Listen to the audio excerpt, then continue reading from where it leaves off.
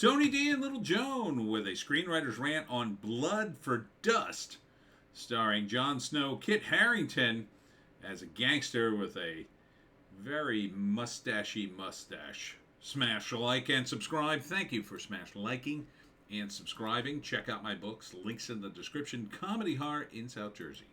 It's the Pineys, books 1 through 13, available at Amazon.com. Don't forget, Kindle Unlimited is free. It's about a guy who's broke, he's out of money, and in desperation he turns to crime because he used to know some guys, including Kit Harrington. He becomes some kind of drug mule and then gets pulled into the life where things go sideways. And I think Kit Harrington is a gun runner, partially connected to the drug dealers somehow. And then things go south and everybody starts killing everybody else. So it's considered a thriller. So I assume someone tries to rob someone else, and then the wrong people are blamed, and then lots of bodies. Screenplay by David Ebeltoft and directed by Rod Blackhurst. Rod Blackhurst. That's a name. With Stephen Dorff, with Josh Lucas and Kit Harrington. Oh, so Kit Harrington, not one of the main characters. I thought he was one of the main guys. Ethan Supplee's in it, though. He's one of the main guys. I didn't recognize him. Hard to recognize him these days since he dropped all that weight. He used to be a big fat guy. Now he's a big muscle dude. So, not a bad cast. Some names here. Oh, there's Stephen Dorff. I thought I recognized him. Ethan Suplee. He's got to be that big guy in... Yeah, that's him. That's him. I hardly recognized him losing all the weight. Looks good. Looks good. Looks mean. It's good for an actor to change his look once in a while. Like Kit Harrington, you know he's Jon Snow, but it's good he's got this stash going because I think it really makes him a different looking character, and his body language is different. So he's working it. This guy is the main character, though. I forget his name, the actor. It's weird. Like they got all these guys around that dude, but that's what happens sometimes. He's the main guy.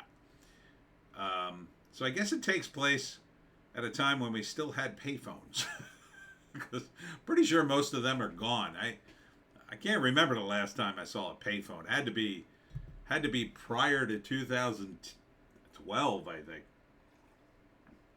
Yeah, I think it would have to be in the early 2000s the last time I saw a payphone, an actual working one. So I got to think maybe this takes place in the 90s? 80s maybe? I don't know. The cars are kind of old, but it could just be they have old cars for some reason. So first act, your boy is broke, and he goes to Kit Harrington because he knows he's a sketchy guy. Maybe he's a relative, maybe he's a cousin or brother. And he's like, dude, I'm going broke. I'm going to lose my house. Give me some work. Maybe he used to do crime before he got out of it, but now he needs back in to save his house and save his family. So Kit Harrington is happy to oblige. So lets him in, and he starts running drugs. Second act, at first it goes well. They make a bunch of money, but then something goes wrong, and I'm not sure what. I think probably Kit Harrington has an idea to rob people. Maybe, I don't know. Ethan seems like one of the heavies in this. Maybe he's just like a goon who's going to kill people. I don't know. Maybe something goes down during a drug deal, and a lot of people are killed, and they just steal the money. Maybe. Could be that. Breaking Bad meets Fargo. There is a lot of snow. Is a lot of snow. Ooh, that looks like a cool scene. He's going to shoot him through the wall. Nice. Nice. So I would totally see this. And then third act. Usually there's some sort of redemption. So it might be that Kit Harrington is looking for some sort of redemption and sacrifices himself to save his friend, who he dragged into a bloody life, and he wants to see him get away, or It can be the opposite. He is taken down by his own, I don't know, hubris, and because of that, he dies, and Kit Harrington survives and starts the whole process over again in another town. Maybe they all die. Um, it's kind of a bit of a toss up in the third act for a movie like this because it could be a one shot. Um, but I like Kit Harrington in it. He's acting the hell out of this. Ethan Supplee's just kind of there. He's they didn't really showcase him too much in this trailer, and Stephen Dorff I didn't even notice. But so I think they're just extended cameos, really. But Kit Harrington seems to be featured, probably to draw people in. But I mean, you got three big names, even though they're not the main guys. You spread them throughout the movie, and I think you're going to see familiar faces as you're watching it, which is usually good for a movie. So I would totally see this simply because it's a gangster movie. Seems to have a lot of action. Kit Harrington's on point. It's a classic sort of like you get pulled into the life. You're trying to get in and out, but there's no getting in and out, and there's always a downside to doing this kind of stuff. So yeah, let's see if there's a write-up here. Is there a write-up? Yes. Cliff, a traveling salesman, drowning under the weight of providing for his family and the myth of the American dream, that's a bit harsh, finds himself on a dangerous path after a chance encounter with Ricky, a colleague from a dark past. Ricky. That's a funny you name him that, because that's the name of Ricky, of course, in the Trailer Park Boys, who's always very sketchy. That's interesting that you called him Ricky. That's probably the wrong name if you want to treat this seriously for those of us who love Trailer Park Boys, but because it is a drug running gun thing, and Ricky's more like marijuana, but still. So yeah, I would still see it though. I don't know if I'd go to the theaters. I'd maybe wait for more reviews or catch it on streaming, but I might go to the theaters for this. At least there'll be some snowy vistas, and it seems to have some action in it. I don't think it would be a bad movie to go see in the theaters.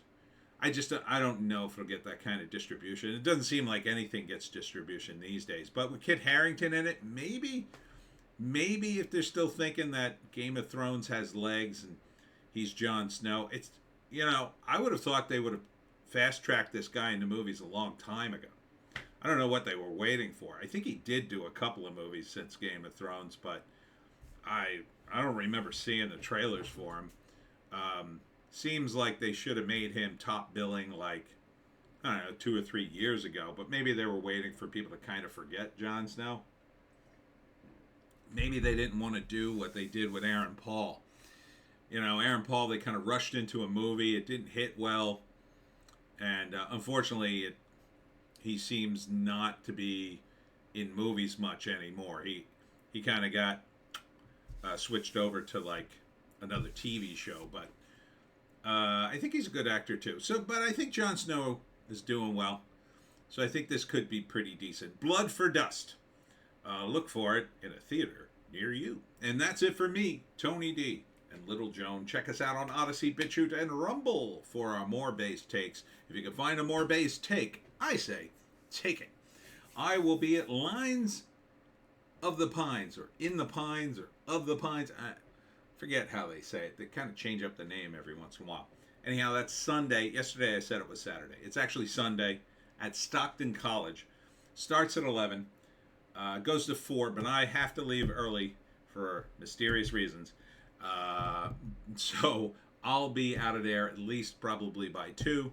So catch me early, and the live stream later that evening, probably be a little late, but it's probably a good thing because it's Oscars. I think it's Oscar night, isn't it? I don't know. I better check that. Thanks for tuning in. We'll see you tomorrow.